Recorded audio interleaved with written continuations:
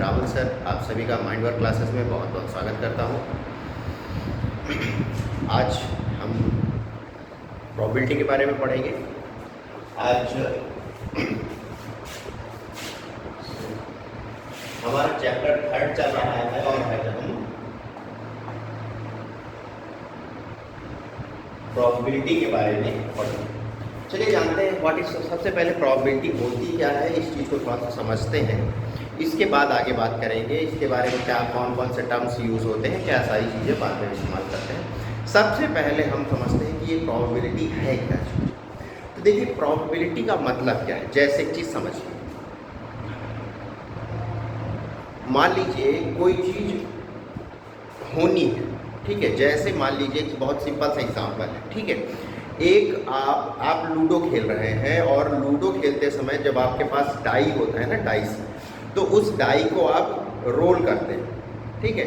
अब रोल किया आपने तो देखिए उसमें कितने फेस होते हैं, डाई में 6 फेस होते हैं। तो 6 में क्या लिखा होता है, 1 2 3 4 5 6, इस तरह से नंबर्स बने होते हैं। तो आपको क्या है, आपको क्या करना होता है, आप कोई एक नंबर चूज़ करते हैं। चूज़ क्या करते हैं, उसमें कोई एक नंबर आता है, अपने मन से आता है, ठीक है। आपका उसमें कोई कंट्रोल नहीं होता, ठीक है। अब हम ये कैलकुलेट करने का प्रयास करते हैं कि किसी नंबर के आने की कितनी संभावना है, ठीक है। जो ये हमारा चांसेस है, क्या चांस है, कितना परसेंट चांस है कि कोई चीज़ होगी और कोई चीज़ नहीं होगी, ठीक है। अब जैसे मान लीजिए आप क्या कर रहे हैं, आप एक डाई को रोल किया। अब मान लीजिए आपको 6 चाहिए, है ना। आपको 6 चाहिए और अगर 6 चाहिए तो अब पूरे जितने उसमें 6 फेसेस हैं डाई में, तो उसमें 6 फेस में से सिर्फ एक तरफ आपका 6 लिखा हुआ है, बाकी सारे तरफ 1 2 3 4 5 लिखे हुए हैं। तो अब 6 के आने की क्या चांस, कितना चांस है कि 6 आएगा।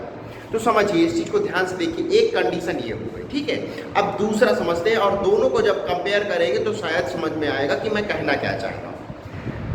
दूसरा केस, अब आप क्या है, एक सिक्का, आप क्रिकेट मैच खेलने जा रहे हैं और सिक्का उछालते हैं कि भाई पहले बैटिंग कौन करे, आप लोग चूज करते हैं। तो सिक्का उछालते हैं, सिक्के में क्या होता है, या तो हेड होता है या तो टेल होता है, 2 फेस होते हैं। सिक्के में सिर्फ 2 फेस होते हैं और उसमें तीसरा फेस नहीं होता। तो या तो उसमें हेड आएगा या तो टेल आएगा, ठीक।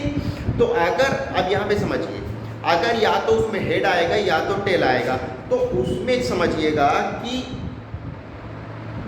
2 चीज़ें आ सकती हैं। एक सिक्के को उछाला जाएगा तो 2 चीज़ें आ सकती हैं, या तो टेल आएगा या तो हेड आएगा, ठीक। अब उसमें से एक ही आ सकता है ना। तो कितना चांस है कि हेड आए। तो आप क्या है, देखिए अब जब 2 ही चीज़ें हो रही, एक चीज़ समझिए, अभी ये चीज़ समझिए। मान लीजिए कोई बॉल लिए हैं, ठीक है, कोई हम बॉल लिए हुए हैं और उसको बहुत सारे लोग सामने खड़े हैं और उसको हम फेंकते हैं, ठीक।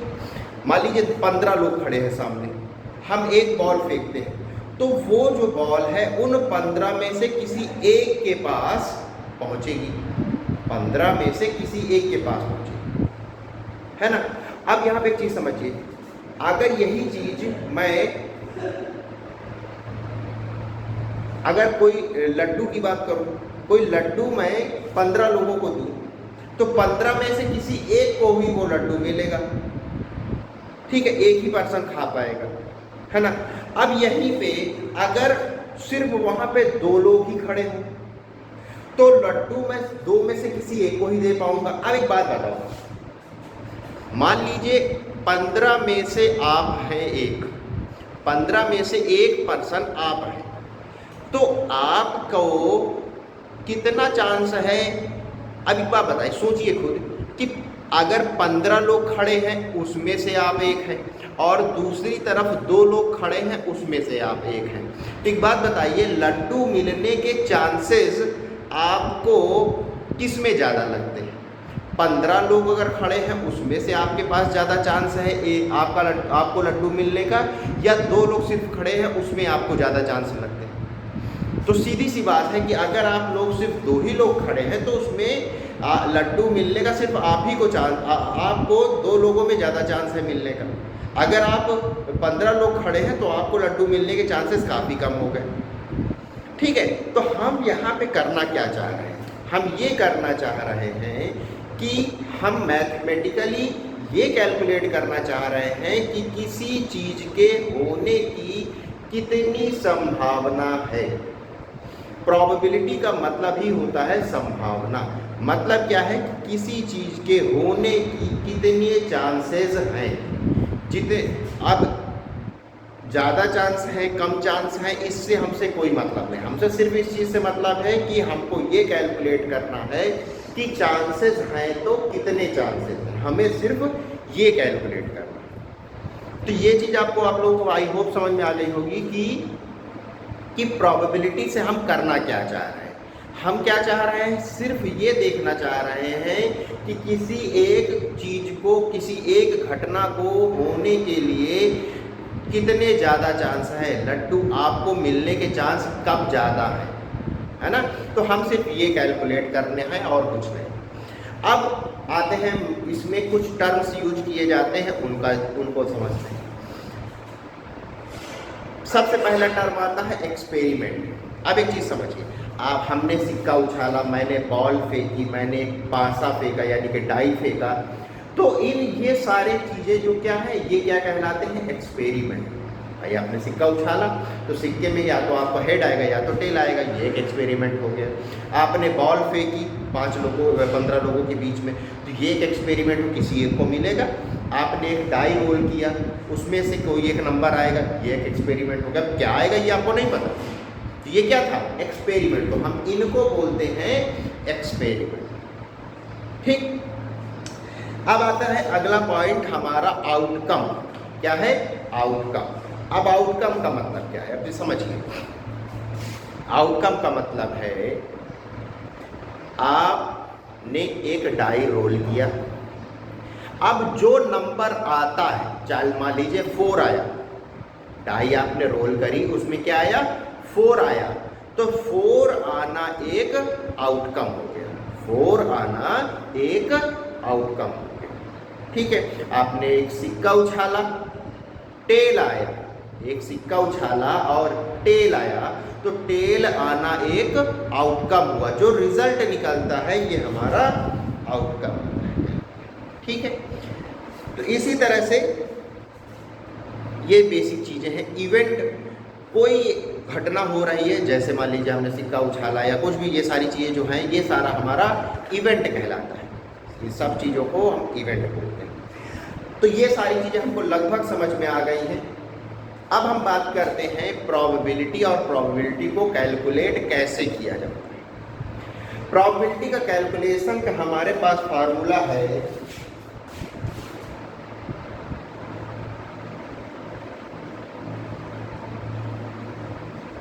probability equal to number of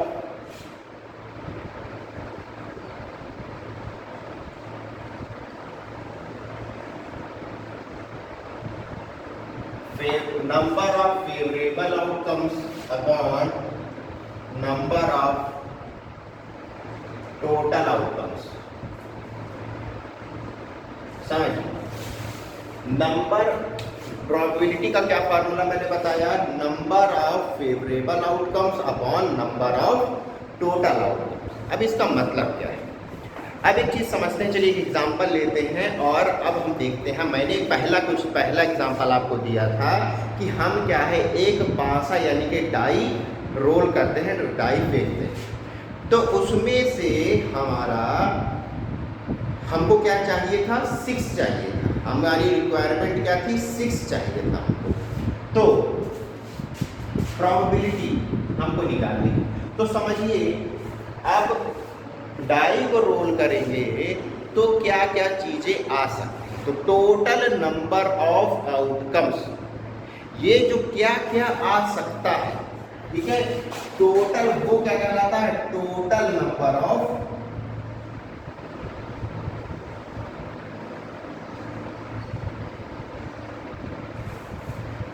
हमारा क्या कहलाता है, टोटल नंबर ऑफ आउटकम्स, जितने रिजल्ट हो सकते हैं, कितने रिजल्ट हो सकते हैं, 6 रिजल्ट हो सकते हैं।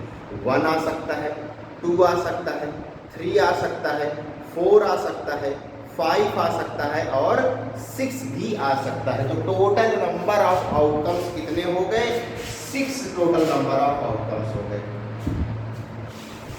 अब आपको मान लीजिए 4 आता है ना, तो 4 कितने बार आ सकता है, इन 5 में 6 नंबर्स लिखे हैं, तो 6 नंबर्स में हर नंबर सिर्फ एक एक बार लिखा हुआ है ना, तो फेवरेबल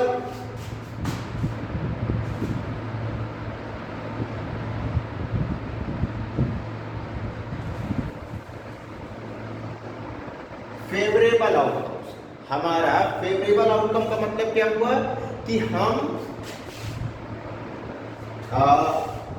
हमारे जो मतलब का है वो कितनी बार आ सकता है। जैसे हमने 6 की बात करी थी कि हमको 6 चाहिए, तो 6 कितने बार आ सकता है, तो 6 सिर्फ एक बार भी तो आ सकता है।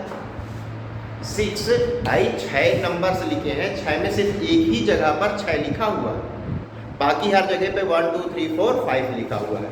तो हमारा फेवरेबल आउटकम्स कितने हो गए, number of favourable outcomes, number of favourable, हमारी प्रोबेबिलिटी P हो जाएगी नंबर ऑफ फेवरेबल आउटकम्स 1 और नंबर ऑफ टोटल आउटकम्स। तो हमारी प्रोबेबिलिटी P हमारी हो जाएगी P ऑफ 6, हमको 6 चाहिए था, तो 6 की प्रोबेबिलिटी क्या हो जाएगी, 1/6। तो ये हमारा होता है, इस तरह से हम प्रोबेबिलिटी निकालते हैं, ठीक है। इसी तरह से समझिए, इसी तरह से अगर मैं एक पॉइंट टॉस करता हूँ, एक पॉइंट टॉस करता हूँ, पॉइंट में क्या क्या आ सकता है, या तो हेड आएगा या तो टेल आएगा। तो total number of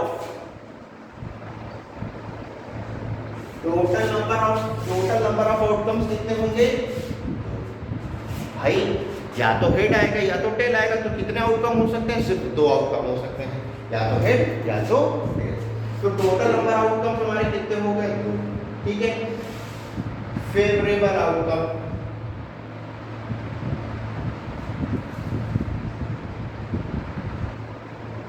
favourable outcome हमको क्या चाहिए, मान लीजिए हमको हेड चाहिए। फेवरेबल आउटकम तो हेड तो सिर्फ 2 में से एक ही जगह पर तो लिखा हुआ है, एक ही में तो हेड बना हुआ है। तो हमारी हेड चाहने की प्रोबेबिलिटी कितनी हुई, फेवरेबल हमारा 1 है, टोटल हमारा 2 है, तो प्रोबेबिलिटी 1/2 हो गई, ठीक है, प्रोबेबिलिटी हमारी 1/2 हो गई। अब यहाँ पे एक बहुत मजेदार बात बताते हैं आपको, ध्यान से समझिएगा कि प्रोबेबिलिटी कभी भी 0 से कम नहीं हो सकती और 1 से ज़्यादा नहीं हो सकती। समझिएगा कि प्रोबेबिलिटी, किसी भी चीज़ की प्रोबेबिलिटी 0 से कम नहीं हो सकती और 1 से ज़्यादा नहीं हो सकती। हमेशा 0 से लेकर 1 तक के बीच में ही प्रोबेबिलिटी होती है। P of A should be less than or equal to 1 and always greater than or equal to 0। ये हमेशा ध्यान दीजिएगा कि प्रोबेबिलिटी, किसी भी चीज़ की प्रोबेबिलिटी या तो 0 होगी या 0 से ज़्यादा होगी, या तो 1 होगी या तो 1 से कम होगी। कभी भी 1 से ज़्यादा प्रोबेबिलिटी किसी चीज़ की नहीं हो सकती और 0 से कम प्रोबेबिलिटी नहीं हो सकती, ठीक।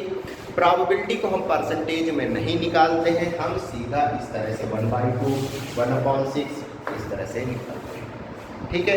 तो आई होप कि प्रोबेबिलिटी का कॉन्सेप्ट आप सभी लोगों को अच्छे समझ में आया होगा। इसके क्वेश्चंस ट्राई करिएगा, जो क्वेश्चन नहीं आते हैं आप मुझसे कमेंट बॉक्स में पूछ सकते हैं, मैं आपको ज़रूर उनका आंसर दूंगा। Thank you.